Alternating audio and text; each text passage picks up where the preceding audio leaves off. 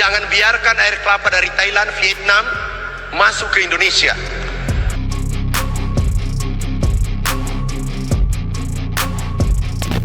Indonesia sedang berdiri di persimpangan sejarah baru, bukan karena konflik bersenjata, bukan pula karena krisis moneter, melainkan karena satu komoditas yang selama puluhan tahun dianggap biasa saja. Kelapa. Ya, kelapa. Komoditas yang selama ini tumbuh subur di halaman rumah, di kebun rakyat, dan di pesisir Nusantara, kini tiba-tiba menjadi pusat perhatian nasional. Dalam sebuah forum besar bersama Kamar Dagang dan Industri Indonesia, pemerintah secara terbuka menyampaikan pesan keras, tegas, dan tanpa basa-basi. Indonesia tidak lagi mau menjadi penonton di rumah sendiri. Indonesia tidak mau lagi mengekspor bahan mentah, lalu membeli kembali produk jadi dengan harga ratusan kali lipat. Hari ini, harga kelapa tidak lagi dihitung per butir. Harga kelapa kini dihitung per kilogram. Angkanya mencapai sekitar Rp4.500 per kilogram. Angka ini bukan sekadar statistik pasar. Ini adalah sinyal perubahan besar yang sedang bergerak. Namun, di balik kenaikan harga itu, ada ancaman yang tidak bisa dianggap sepele. Produk air kelapa dari Thailand dan Vietnam mulai membanjiri pasar Indonesia. Merek-merek asing masuk, kemasan rapi, branding modern, dan harga tinggi. Ironisnya, bahan bakunya berasal dari kawasan yang sama dengan Indonesia, bahkan seringkali dari kelapa Indonesia sendiri yang diekspor mentah. Pemerintah pun angkat suara. Jangan biarkan air kelapa dari Thailand dan Vietnam masuk ke Indonesia, kata pejabat tinggi negara itu dengan nada serius. Bukan karena anti perdagangan bebas, melainkan karena Indonesia punya semua yang dibutuhkan untuk mengolahnya sendiri. Tanahnya ada, petaninya ada, produksinya nomor 1 dunia. Yang selama ini hilang hanyalah keberanian untuk mengolah di dalam negeri dan kemauan untuk bergerak cepat. Dalam forum itu, suasana berubah menjadi sangat praktis. Tidak ada pidato bertele-tele, tidak ada diskusi panjang tanpa keputusan. Menteri langsung meminta agar nota kesepahaman atau MOU dibuat saat itu juga. 15 menit, 1 atau 2 lembar kertas. Tidak perlu rumit, tidak perlu birokrasi berlapis. Pesannya jelas, kalau mau, hari ini juga bisa jalan. Kalau tidak mau, jangan berdiri menghalangi. Hilirisasi menjadi kata kunci. Hilirisasi besar-besaran, bukan rencana kecil, bukan proyek uji coba. Targetnya 3 tahun investasi dengan nilai Rp371 triliun. Ini bukan mimpi kosong. Ini sudah disetujui Presiden, sudah dibahas di rapat terbatas, dan sudah menjadi agenda kabinet. Pemerintah tidak lagi ingin mendengar alasan klasik tentang sulitnya regulasi, lambatnya perizinan, atau ribetnya prosedur. Justru itulah yang sedang dibongkar. Indonesia memiliki setidaknya 14 komoditas strategis dengan permintaan tinggi di tingkat dunia. Kelapa adalah salah satunya. Saat ini, ekspor kelapa mentah hanya menghasilkan sekitar Rp24 triliun per tahun. Namun ketika kelapa diolah menjadi produk turunan seperti coconut milk, coconut water, coconut meal, hingga produk kesehatan dan pangan global, nilainya melonjak luar biasa. Bisa 100 kali lipat, bisa mencapai Rp2.400 triliun. Angka itu setara dengan 2/3 APBN Indonesia. Dan ini baru kelapa, baru satu komoditas. Air kelapa misalnya, di luar negeri satu botol air kelapa bisa dijual hingga Rp40.000. Padahal di Indonesia, air kelapa sering dibuang begitu saja. Jika seluruh rantai ini diambil alih oleh industri nasional dengan kemasan yang baik dan standar global, potensi nilainya bisa mencapai ribuan triliun rupiah. Bahkan disebutkan, hanya dari kelapa saja, potensi ekonomi Indonesia bisa menyentuh Rp5.000 triliun. Syaratnya, 1. Jangan lagi ekspor gelondongan.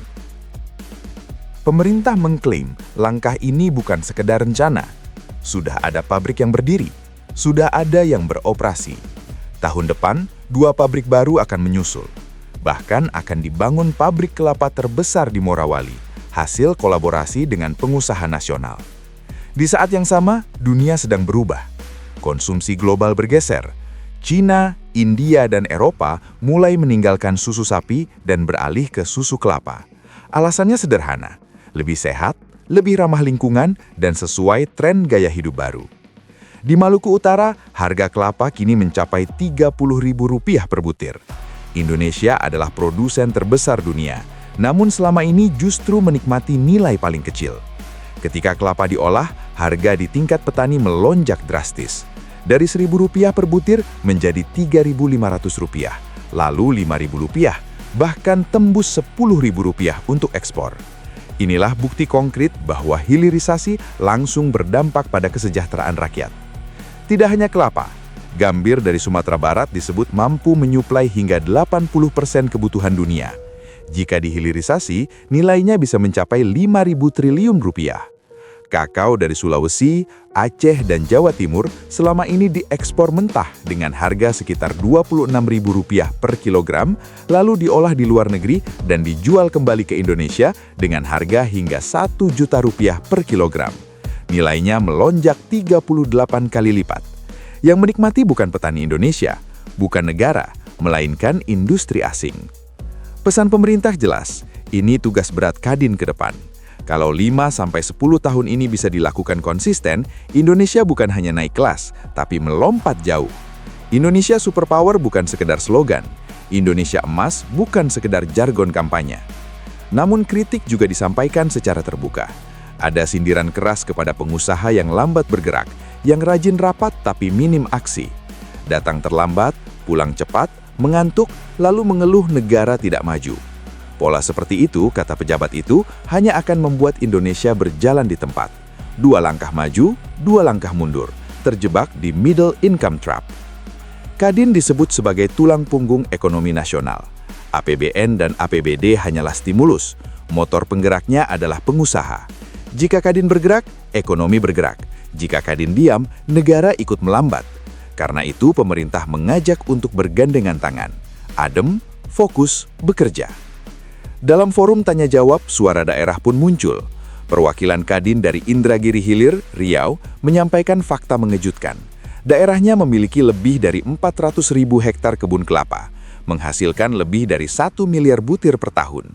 Setiap hari, lebih dari 5 juta butir kelapa dihasilkan. Namun hanya ada 1 pabrik pengolahan. Sisanya diambil pengusaha asing langsung dari petani, tanpa nilai tambah, tanpa pajak, tanpa dampak ekonomi daerah. Mereka meminta agar pembangunan pabrik hilirisasi tidak dipindahkan ke daerah lain. Mereka meminta keadilan. Pesan ini menegaskan satu hal, hilirisasi bukan sekedar soal angka triliunan rupiah. Ini soal pemerataan, soal petani, soal daerah, soal harga diri bangsa. Di akhir pidato, pesan emosional pun disampaikan. Hidup ini sementara, yang abadi adalah warisan kebijakan dan keberanian mengambil keputusan. Jika pengusaha mau menambah jam kerja, mau turun langsung, mau bergerak cepat, republik ini akan berubah. Jika tidak, peluang emas akan kembali lewat, dan Indonesia akan kembali menjadi penonton. Indonesia punya semua, tanah subur, sumber daya melimpah, pasar dunia terbuka. Yang dipertanyakan sekarang hanya satu, mau atau tidak? Jika jawabannya mau, maka dalam 3-4 tahun ke depan, peta ekonomi Indonesia bisa berubah total. Jika tidak, maka sejarah akan mencatat bahwa peluang besar itu pernah ada, tapi dibiarkan berlalu begitu saja. Dan hari ini, bola ada di tangan pengusaha Indonesia.